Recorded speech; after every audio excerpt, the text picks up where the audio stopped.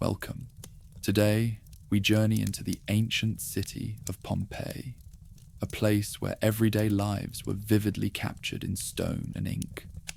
Through the walls and streets, we uncover the voices, stories, and emotions of a diverse community. People connected by words, art, and the simple, timeless act of communication. Join me as we explore Pompeii's world, frozen in time, yet still alive with human presence across the centuries. Imagine walking through the ancient streets of Pompeii, a bustling city frozen in time, where every wall and surface whispers stories of the past. Here, writing was not just for the scribes or the educated elite. It was a language shared by everyone.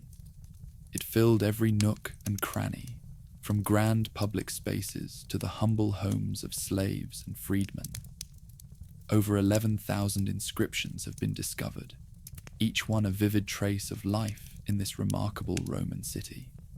The walls of Pompeii were alive with words, carved by hands of all kinds, merchants promoting their goods, politicians pleading for votes, lovers confessing their feelings, and even witty graffiti artists sharing jokes or playful insults.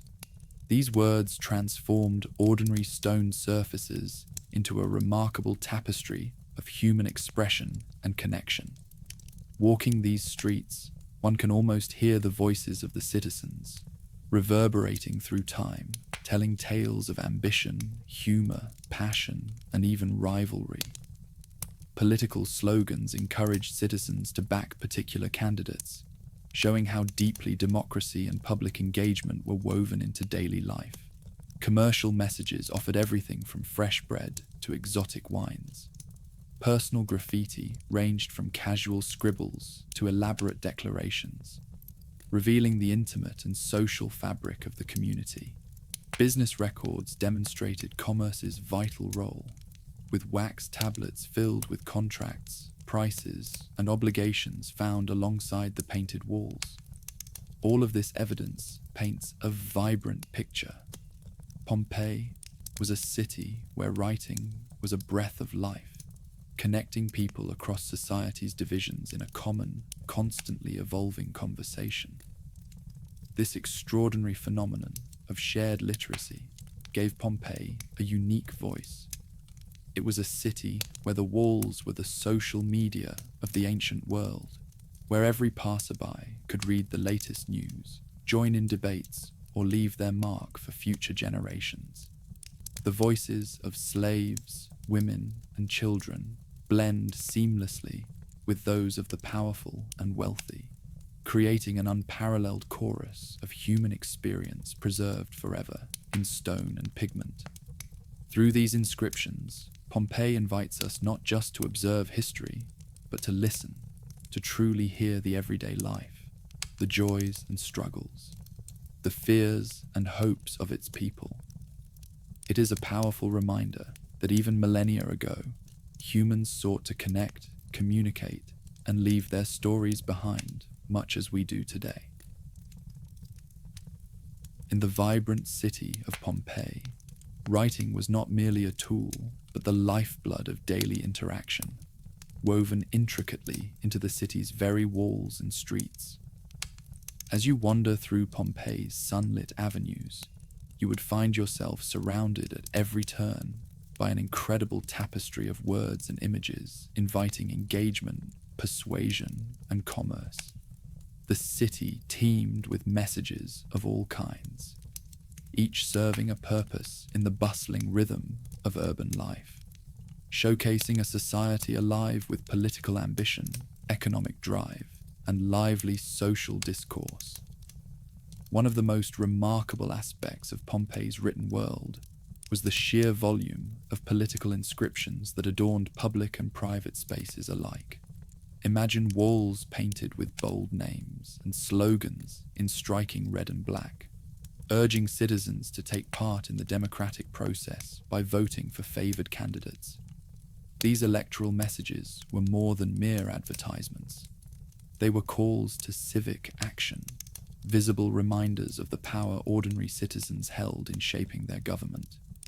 The walls abounded with phrases urging support for candidates running for offices such as Adil or Dumvir, along with assurances of their worthiness and dedication to the city's well-being. What makes this political engagement even more remarkable is the diversity of Pompeii's electorate. These inscriptions reveal how workers, freedmen, slaves, and women were all part of the city's democratic conversations. Entire guilds, from goldsmiths to bakers, publicly endorsed their chosen leaders, reflecting a deeply embedded culture of participation that extended far beyond Rome's elite circles. Even within the private homes of individuals, one might find campaign messages, proof that political discussions seamlessly entered everyday life. Yet the written word was far from confined to politics. Pompeii's commerce thrived on visual and textual marketing, a bustling marketplace where shop signs and price lists proclaimed goods and services to passers-by. Picture a wine tavern with a brightly painted amphora above its door, or a butcher's shop boasting images of fresh cuts inviting customers inside. These signs were powerful tools in a city where literacy was common and consumers responded to both word and image. Beneath the public inscriptions lay a quiet but vital world of everyday business conducted through wax tablets, portable, erasable pages where contracts, receipts, and negotiations took shape. In one fascinating discovery, the extensive records of Lucius Caecilius Jucundus, a local auctioneer and freedman, reveal a web of transactions that paint a lively picture of Pompeii's economy. His business records detail painstaking agreements on auctions, loans, and sales, offering an intimate glimpse into the financial networks underpinning the city's prosperity. The remarkable insight from these tablets lies not just in the nature of the transactions, but in the social tapestry they reveal. Names of sellers, buyers, witnesses, including women and freed slaves, emerge from these records, showing a vibrant, interconnected commercial life. Business was not the domain of a privileged few, but a lively, inclusive space where many could leave their mark, both literally and figuratively. Beyond the concrete and commerce, Pompeii's written landscape was also a stage for the drama of human emotion and social exchange. Graffiti etched onto city walls reveals poetry, declarations of love and jealousy, witty insults and jokes, and musings on daily life. These words breathed life into the ancient stones, revealing a playful, sometimes passionate, voice belonging to Pompeii's residents, voices that resonate across millennia. In this ancient city, walls were much more than silent witnesses. They were dynamic spaces of communication and connection. They bridged social classes, genders, and ages. They broadcast political will, invited commerce, and fostered community. In every scarred slab, in every faded word, the pulse of Pompeii's vibrant social, political, and economic life beats on. As you trace these inscriptions, you are invited to become part of this eternal dialogue, reading not merely words, but the voices and stories of a city spirited and alive, where the written word was truly the thread weaving together all aspects of life. In the vibrant city of Pompeii, amid the sounds of daily life and the steady pulse of commerce, a world of emotion and wit was etched onto the very walls that surrounded its inhabitants.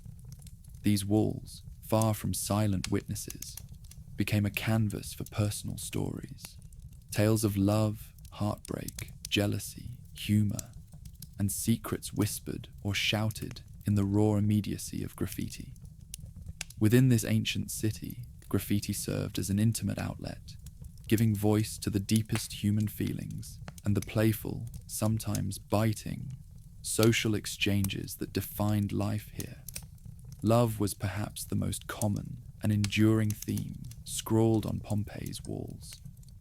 We find declarations bursting with passion, tender sonnets, and longing notes from lovers both secret and celebrated. Lines like, "Whoever loves, let him flourish. Let him perish who knows not love," speak across centuries, reminding us that love, in all its forms, is timeless and universal. Lovers proclaimed their affections boldly, as if hoping their feelings would be immortalized in the city's stones. Some notes invited secret meetings, others lamented unrequited affection, and still others cajoled or teased with playful urgency. The walls of Pompeii are alive with such voices, painting a vivid picture of human connection and yearning. Heartbreak and jealousy also found expression in the city's writing. Graffiti revealed bitter accusations and angry disputes, giving a rare, raw glimpse into the complexities of ancient relationships. Imagine reading the rueful words of a spurned lover, or the furious insults thrown between rivals, preserved eternally for all to see. These inscriptions remind us that human emotions, fraught and fiery, have always played their part in the drama of life, just as intensely as they do today. Remarkably, Pompeii's graffiti capture a broader spectrum of society, revealing surprising details that challenge assumptions about ancient Roman life. Among these inscriptions are expressions of same-sex love, evidence that such relationships were part of daily life and openly acknowledged in this vibrant community. And importantly, the graffiti include the voices of women, not always the dominant voices in official records, who inscribed their own perspectives onto public spaces. Female authorship is attested in the language, tone, and content of various inscriptions, including those found within the city's famous brothels, where women's voices emerge in candid, occasionally provocative ways. These writings did not exist in isolation. Many walls bear layers of graffiti, like conversations spanning time. Authors responded to each other's words, sometimes agreeing, sometimes contradicting, sometimes building upon previously written jokes, insults, or declarations. This layered dialogue gives readers a sense of community and continuity, a social web woven through words scratched on plaster, echoing across days, months, and perhaps years. It's as if the city's inhabitants engaged in an ongoing conversation, captured brick by brick. Beyond love and emotion, Pompeii's graffiti reveal a keen wit and sharply honed sense of humor. Jokes tossed across walls, clever wordplay, and satirical remarks illustrate a population that enjoyed the lively playfulness of language. Even complaints and curse-filled messages instill a sense of immediacy and vitality, portraying Pompeii not as a static archaeological relic, but as a vibrant city teeming with personality, opinion, and life. The collective expression captured in graffiti democratizes history, giving voice to those often silent in official accounts. It restores the lost sounds of everyday Pompeians, their loves, their laughter, their slights and scandals. These written fragments invite us to step closer, to listen carefully, and to feel the heartbeat of a city that lived fully, loved passionately, and left its unmistakable mark in stone. In the lively streets and quiet corners of Pompeii, literature was not confined to scrolls and grand readings. It thrived vibrantly in the very fabric of daily life, breathing creativity and wit into public and private spaces alike. Pompeians, no strangers to Rome's grand literary heritage, engaged intimately with the written word, especially with the works of celebrated poets like Virgil. Yet they did not simply revere these texts. They played with them, adapted them, and even parodied them, turning classical literature into a lively, living art. that pulsed through the city streets. Virgil, the towering figure of Roman poetry, was especially central. His epic Aeneid and pastoral eclogues were quoted frequently, with nearly 70 inscriptions referencing his work discovered throughout Pompeii. These quotations, often parts of famous opening lines, bridged the gaps between great literature and everyday life, making the stories of gods, heroes, and fate part of common conversation and reflection.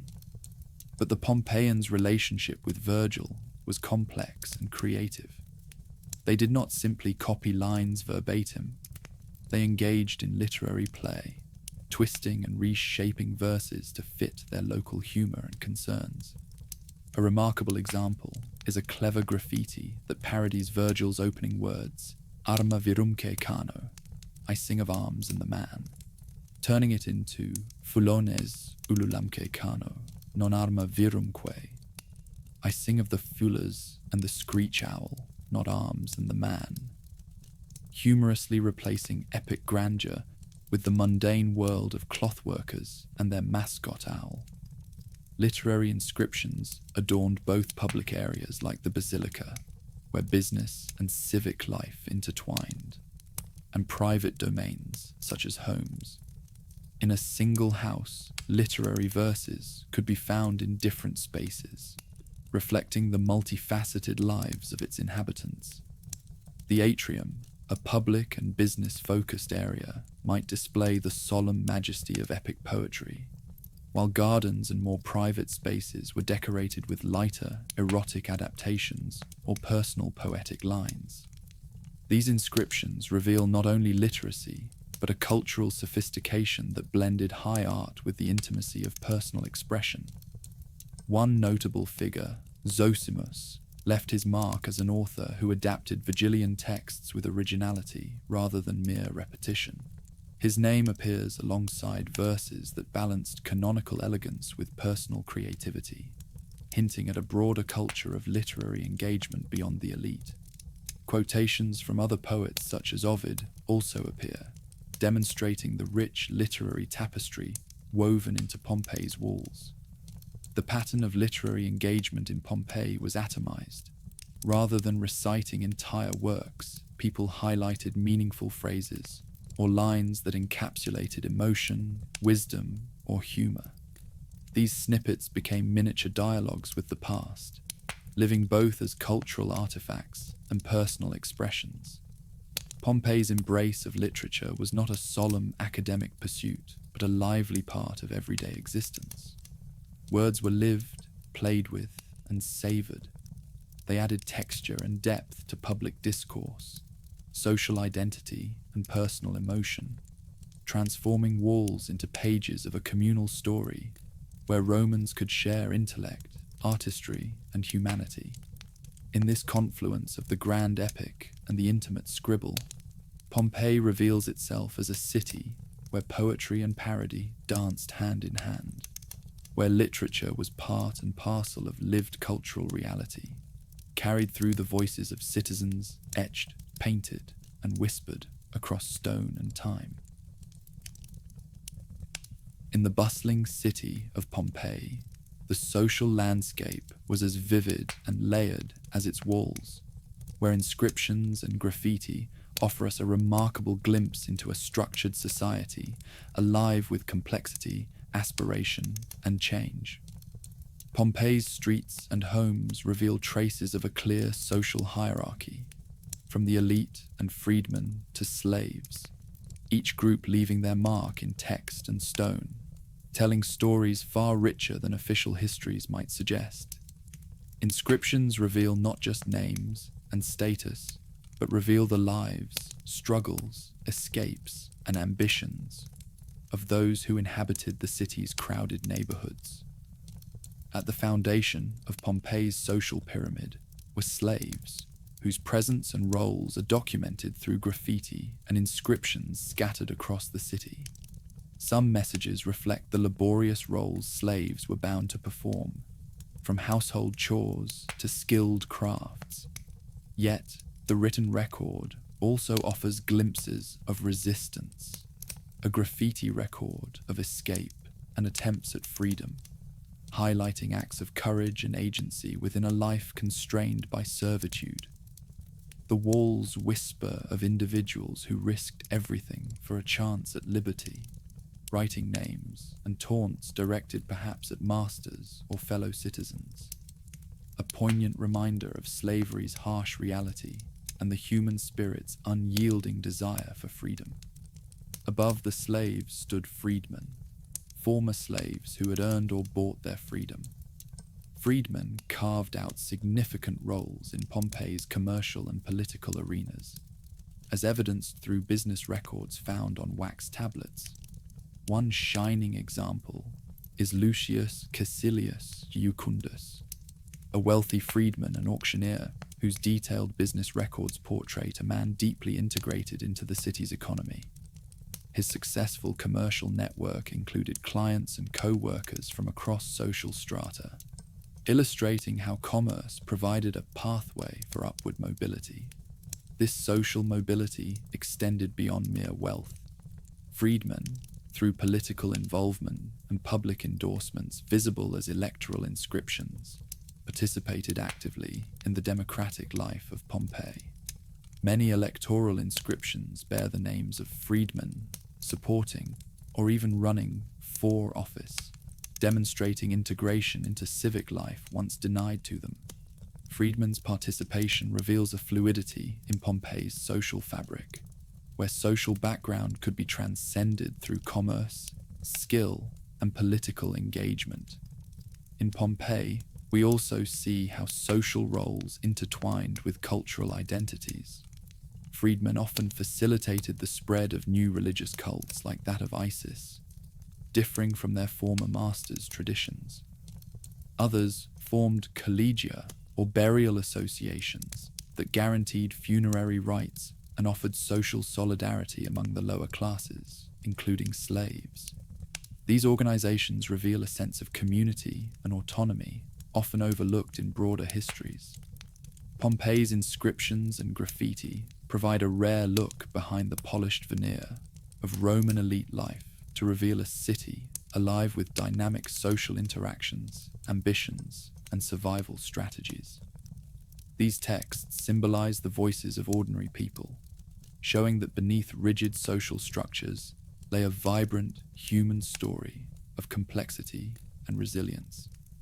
Paused for a moment, we see not just stones and ruins, but lives, aspiring, resisting, connecting, and ever adapting.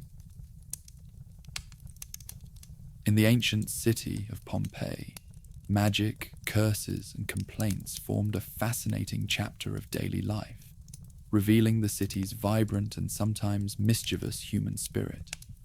While the streets and walls spoke of politics, commerce, and love, they also echoed darker, often playful attempts to influence fate and respond to life's irritations. Pompeii's residents embraced writing not only as a medium of communication, but as a powerful tool to seek justice, express frustration, and connect socially, much like the social media we know today. Among the most intriguing artifacts discovered in Pompeii are curse tablets, known in Latin as defictiones. These small sheets of lead, inscribed with spells and names, were secret weapons in the hands of individuals seeking revenge or justice when conventional avenues had failed. Whether invoking gods to bind thieves, punish rivals, or even influence love interests, these curses reveal a deep belief in the supernatural and the power of words to alter reality. The ceremonies surrounding curses were as vital as the inscriptions themselves. Many tablets were buried in sacred places, beneath temple floors, near wells, or in graves, locations chosen to enhance the magical connection between the written spell and its target. Some were even cast into fires, where the melting lead symbolically destroyed the enemy bit by bit. These acts testify to a world where spiritual and physical realms intersected in everyday concerns, showing a city alive with unseen battles and fervent hopes. Yet Pompeii's graffiti weren't only steeped in magic and menace. The city's walls also bore witness to humor, practicality, and candor. Everyday citizens used inscriptions to voice everything from sharp insults and joyful greetings to humorous jabs and mundane advice. Some witty remarks mocked neighbors, merchants, or public figures, while others expressed delight or frustration about life's unpredictable moments. For example, one playful graffiti proclaimed, "I'm amazed, Wall, that you haven't fallen by now, given you bear the tedious outpourings of so many writers." This sly complaint, found in multiple places around the city, shows a shared understanding and amusement about the bustling chatter that overflowed Pompeii's public spaces. Such inscriptions humanize the city, revealing the resilience and good humor with which its people faced everyday trials. Among more practical notes were messages reminding passers-by to take care, like placing a cloth over a couch or washing feet before entering a home. Small but telling glimpses into hygiene and hospitality. Complaints and threats also found their place, such as warnings against those who defecated in unwelcome spots, invoking Jupiter's wrath for offenders. These candid notes, left in public view, served as a social check, binding the community through shared norms and shaming misbehavior. Pompeii's inscriptions embodied a social practice far ahead of their time. Much like today's social media, walls functioned as forums for public discourse, announcements, personal expression, and collective memory. Citizens returned repeatedly to carved public spaces to leave messages, respond to others' writings, and build ongoing dialogues, sometimes anonymous, sometimes tied to personal identity. The literacy that enabled this vibrant written culture was widespread. Men and women, slaves and freedmen alike, took part in creating this mosaic of voices. Their writing, filled with spelling errors and colloquial language, captured the everyday Latin of the streets rather than the polished prose of scholars, suggesting an accessible, participatory literacy. Children grew up surrounded by graffiti, learning the social craft of written communication, an ordinary act nurturing social bonds and identity. Together, these inscriptions of curses, complaints, jokes, and advice cast Pompeii as a city where writing was deeply human, sometimes mischievous, often humorous, occasionally biting, but always vibrant. Its people used words to shape their world, connect to one another, and grapple with the unpredictabilities of life in a city on the edge of history. This lively interplay of language and life transforms Pompeii's ruins from silent relics into living stories, inviting us to share in the humor, hopes, and occasional curses of a community whose voices remain vividly alive across the centuries. In the annals of Pompeii's storied existence, few discoveries have touched the human heart, quite like the charcoal inscription found in 2018. For centuries, scholars believed that Mount Vesuvius erupted on August 24th, 79 CE, a date preserved through the timeless words of Pliny the Younger. Yet buried within the ruins of Pompeii, a simple 6-word message, freshly scrawled in blackened charcoal on a wall inside an ordinary home, challenged this long-held belief. It reads, 16 days before the calends of November, October 17th, 79 CE. This ephemeral mark, written hastily and likely wiped away by the eruption itself, is a silent but vivid testament to the very last days before disaster. It was a message never meant for posterity, just the casual note of a resident who lived and breathed the rhythms of life in Pompeii. Yet today, it speaks louder than any grand monument, encapsulating a moment frozen in time. It carries the poignant weight of impending catastrophe, a city unaware of the fate descending upon it within days. Within the same household where this inscription was uncovered, archaeologists unearthed what is believed to be the final offerings made before the terrible eruption. On the lararium, the small shrine dedicated to household gods, they found charred fruit, dates and figs, among remnants of earlier sacrifices, including meat, fish, and grapes. These quiet acts of devotion embody the Pompeians' faith and routine, ordinary yet profound, a final attempt to seek protection in a world about to be engulfed by chaos. The tragedy of Pompeii is often told through the incredible preservation of bodies and artifacts, yet it is these small personal writings that bring us closest to the people themselves. Over 1,500 victims have been identified, many caught in the final hours, frozen in their last moments, their bodies cast in ash and pumice. Some are huddled in protective embraces, others reaching out as though seeking comfort or escape. Through plaster casts made from their forms, we see their fear, desperation, and love etched in silent detail. One famous group, known as the Garden of the Fugitives, captures a heart-wrenching tableau.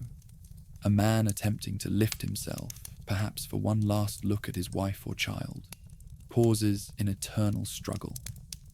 Nearby, a bakery's final day remains chronicled not only in layers of fallen ash, but in the remnants of daily life. 3 victims, a woman, another woman, and a child, found beneath a collapsed roof, their last act to seek shelter among familiar surroundings. Among the remarkable features of Pompeii's final hours is the continuity of life right up to the moment of destruction. Commercial signs still advertised goods, electoral slogans implored voter support, and business wax tablets recorded transactions decades before the tragedy. The city was vibrant, thriving, and in many ways indifferent to the impending doom. The charcoal inscription and other writings offer us an unparalleled human connection across millennia. They are more than historical data. They are the voices of people, neighbors, merchants, lovers, families, people much like us, with hopes, fears, and ordinary lives interrupted violently. These inscriptions, written in haste, yet preserved for 2,000 years, remind us that behind every grand event are individual stories, echoing timeless human experiences.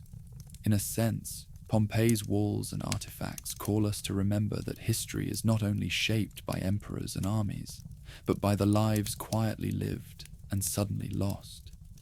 The city's final messages endure, inviting us to listen in silence to the last whispers of a world forever frozen in a volcanic embrace.